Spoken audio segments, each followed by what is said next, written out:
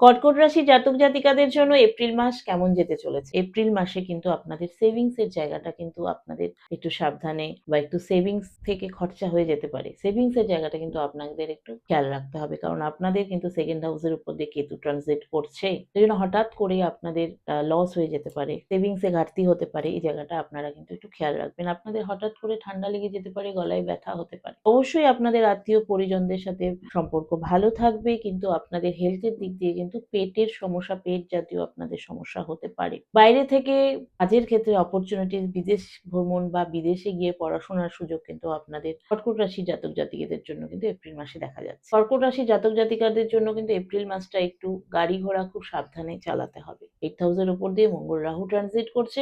আপনাদের হঠাৎ কিন্তু কোথাও পড়ে গিয়ে চোট আঘাত লাগার কিন্তু একটা সম্ভাবনা দেখা যাচ্ছে। আপনারা অবশ্যই এদিকে একটু সাবধানতা অবলম্বন করবেন। প্রেম ভালোবাসার জায়গা অবভিয়াসলি ভালো দেখা যাচ্ছে। নতুন ব্যবসা বাণিজ্যের, নতুন জবের একটা অপরচুনিটিস কিন্তু দেখা যাচ্ছে।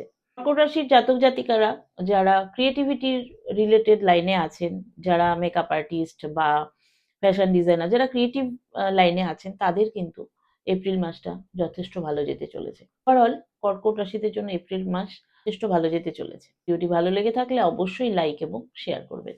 সাইরাম।